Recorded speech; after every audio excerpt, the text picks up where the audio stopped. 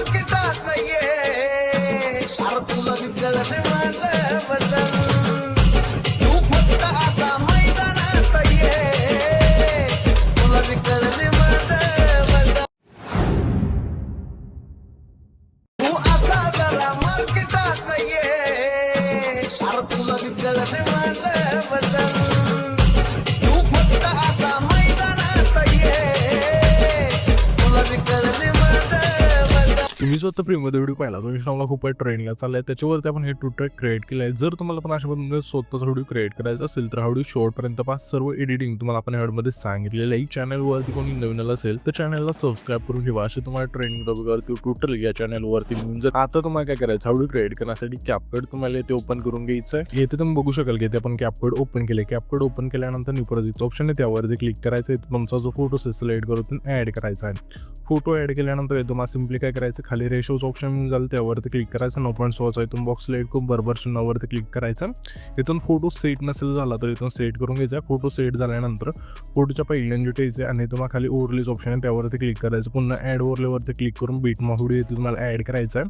हा bit video तुम्ही add केल्यानंतर त्याच व्हिडिओवरती आपल्याला क्लिक करायचं आणि खाली थोडं इथे स्क्रोल करायचं आहे. हे तुम्हाला एक्स्ट्रा कोडचं ऑप्शन मिळून जाईल त्यावरती क्लिक करायचं. इथून आपलं सॉन्ग ऍड होऊन जाईल. सॉन्ग ऍड झाल्यानंतर ह्या फोटोवरती क्लिक करायचं. ह्याच्या फोटोची लेंथ असे जेवढे सॉन्ग आहे तिथपर्यंत न्यायचं. ठीक आहे तिथपर्यंत नेल्यानंतर सिम्पली हा जो बीट मोड आहे ना त्यामधल्या बीट जिथून चेंज होतील तिथून फोटो स्प्लिट करायचा. पहिली बीट व्हायची आपली कुठे चेंज होते तर सिम्पली आपली इथे बीट चेंज होते. तर ह्याच फोटोवरती क्लिक करतो स्प्लिट करा. पहिलं ऑप्शन स्प्लिटचं आहे त्यावरती क्लिक करायचं.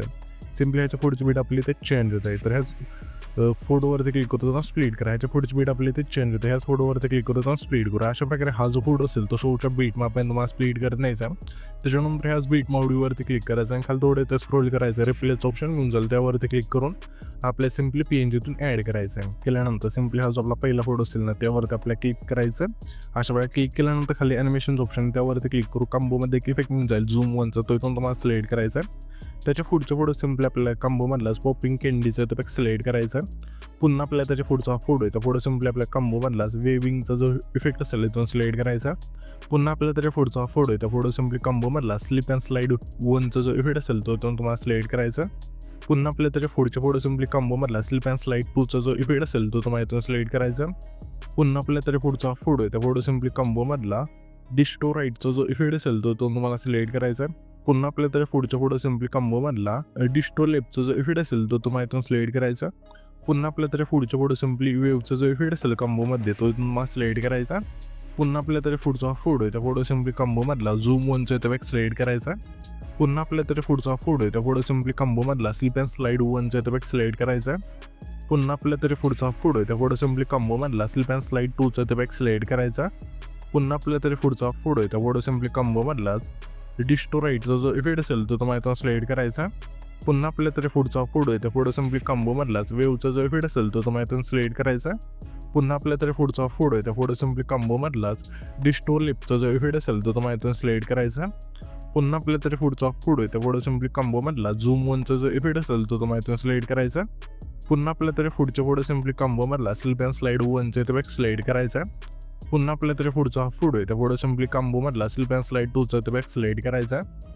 पुन्हा आपल्याला त्याच्या पुढचा फोटो आहे त्या फोटो सिम्पली कंबोमधला डायनामिक्स 2चा जो इफेक्ट असेल तो तुम्हाला इथून सिलेक्ट करायचा आहे. कंबोमध्ये हा इफेक्ट तुम्हाला मिळून जाईल.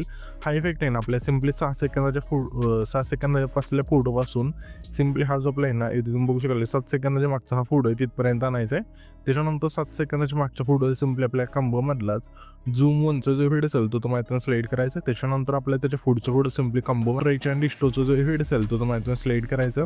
पुन्हा आपल्याला त्याच्या पुढचा फोटो आहे त्या फोटो सिम्पली कंबोमधला बाउन्सी रचचा इथून इफेक्ट सिलेक्ट करायचा.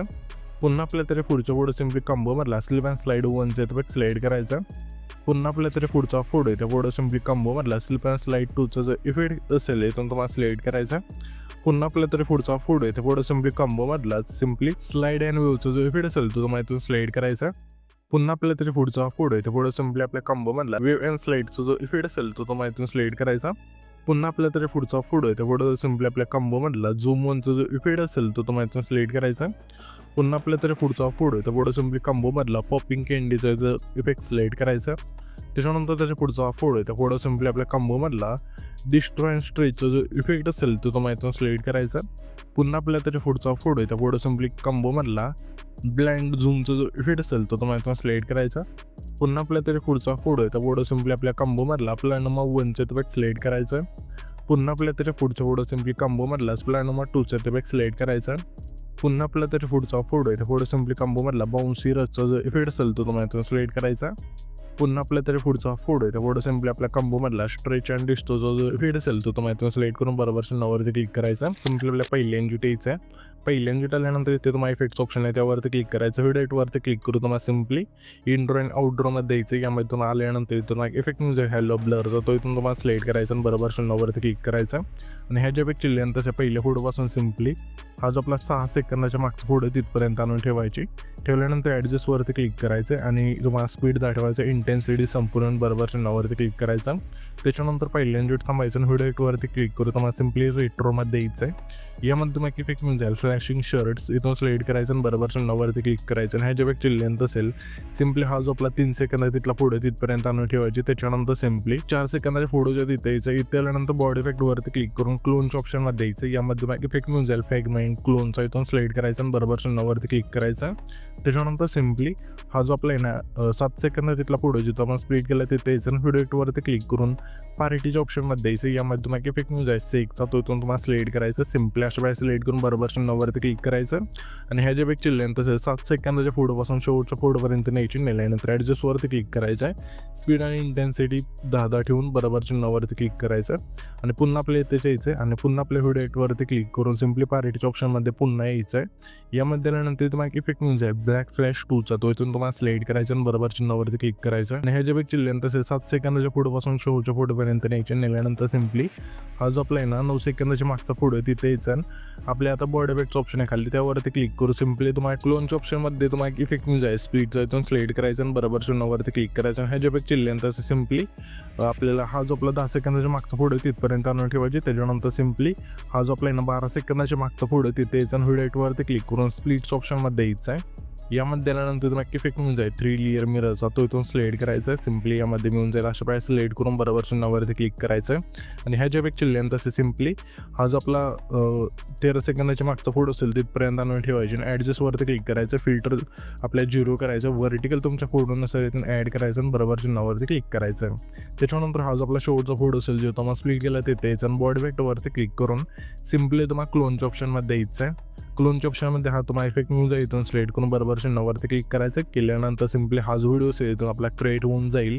तर हा जो पण व्हिडिओ क्रिएट केला आहे तो सेव्ह करण्यासाठी वरती एक्सपोर्टचं ऑप्शन दिले आहे त्यावरती क्लिक करायचं आणि इथं तुमचा जो व्हिडिओ असेल इथून एक्सपोर्ट होऊन जाईल.